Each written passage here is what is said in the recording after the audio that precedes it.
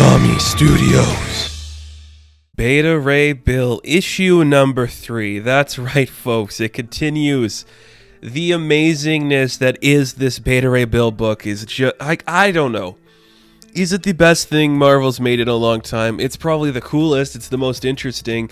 Daniel Warren Johnson continues to be just somebody you should respect and admire in this industry. If you want to look at, I said this in the last issue too, if you want an example of how to create comic book art and have visual storytelling be like the driving force for your comic with a style that is distinctively your own, study this. Look at this book and study it. Just examine the way the characters look, the panels move, everything just tells a story. And it's so gorgeous. I'm so happy that he got the chance to write this book, and I'm excited to see what comes down the pipeline for Daniel Warren Johnson, because this is exciting. I like this stuff. So we ended last issue and Scuttlebutt became a woman. What? Something that Beta Ray can bang? Maybe. Is that weird? Probably. And even Beta Ray's confused by what's happening. It's like Muspelheim messes up the ship so Scuttlebutt's able to kind of like come alive now. It's kind of like what's being said. If that's actually the reason, we don't really know, but we'll have to wait and see. Then we see that some of the creatures in Muspelheim are worshipping a Surtur drawing, and they see the ship coming in, so they're coming in to stop the intruders. And then we get like a really sick action sequence. It's really cool, and this is, again, it's this like the dynamic flow of this gorgeous art where everything's moving around. We see Pip and Skurge get to the guns. Skurge is so happy to be blasting some things in an amazing ship. We're like, okay, we're gonna lose power if we don't figure out how to get these things out of here. So Scuttlebutt has this idea like, okay, well, if I can turn into this and become like a thing, maybe I can turn the ship into a different kind of ship. So we see Scuttlebutt turns the ship in from a flying spaceship into like a naval vessel. It just becomes like a ship floating on the river of lava. And I'm like, that's badass, man. Why are you so badass? And Scourge is like, that was so sick. It's time for a beer. So the gang goes to have a beer. And it's like, what are we going to do next to get through this? And Scuttlebutt's like, well, maybe we should go like into the lava because the weapon's like at the bottom and like there's so much lava, we should just go through it. Like, is that possible? Like, is that something you're capable of doing? It's like, maybe.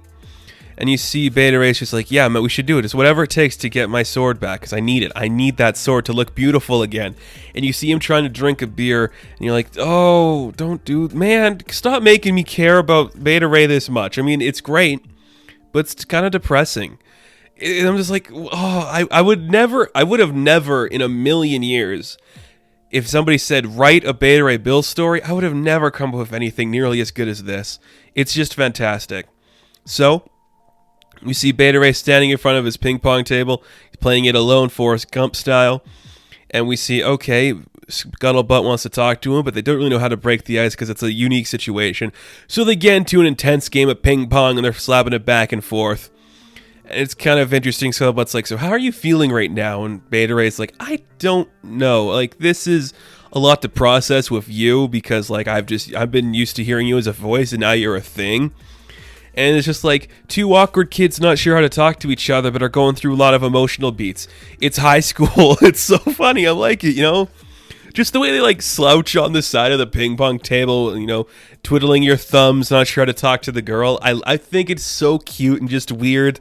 And I'm just like, are we going to have Beta Ray like bang his ship? Is that the route we're going for in this?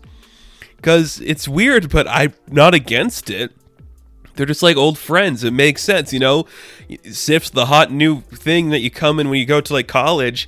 But it's that one from your childhood, man. That the girl next door. It's always that one. Scuttlebutt's the girl next door. I never thought I would say that, but I just did. And she asked like what happened on Asgard, and you see Beta Ray's like, I don't want to talk about it, but I just I guess like I've become aware of myself and who I really am, and I want to be that again. So we see Scuttlebutt's going to take him to like this archival place where she keeps like a visual record of everything they've done together. You know, like that weird nerdy girl at school that you don't notice until she takes off her glasses and you realize that the one's been in front of you the whole time. What kind of a book is this? Like I said, I don't know if that's the route we're going, but I wouldn't be surprised. I'm just like, what is this, man?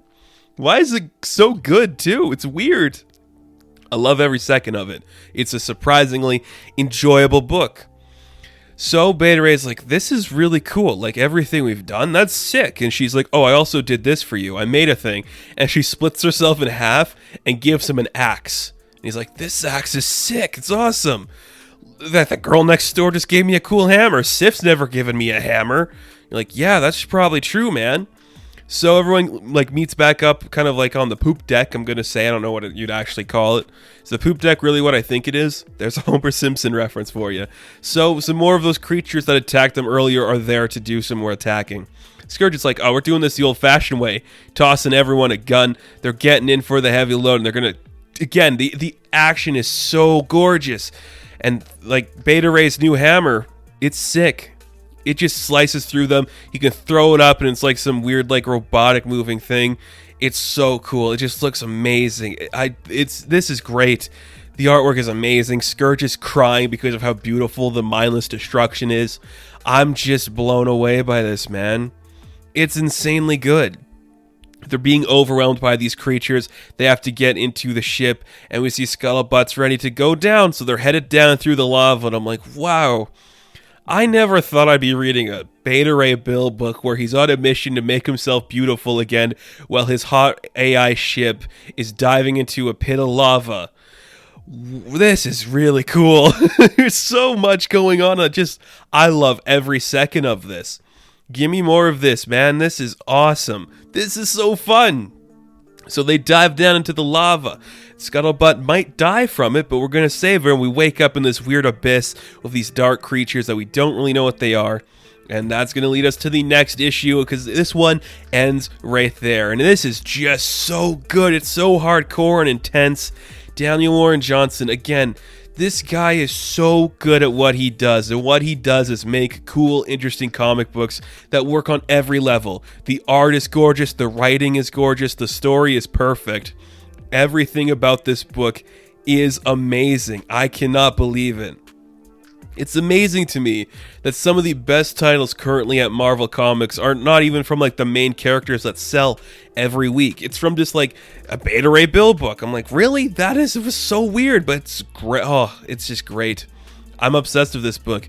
I really think we're going to be seeing something happening with Beta Ray and Scuttlebutt. I don't know what it's going to be. Maybe it's going to be like the end of Shrek when, you know, she's going to go in to kiss Beta Ray to make him normal again. It's going to be like, you are beautiful, and he's going to stay the ogre.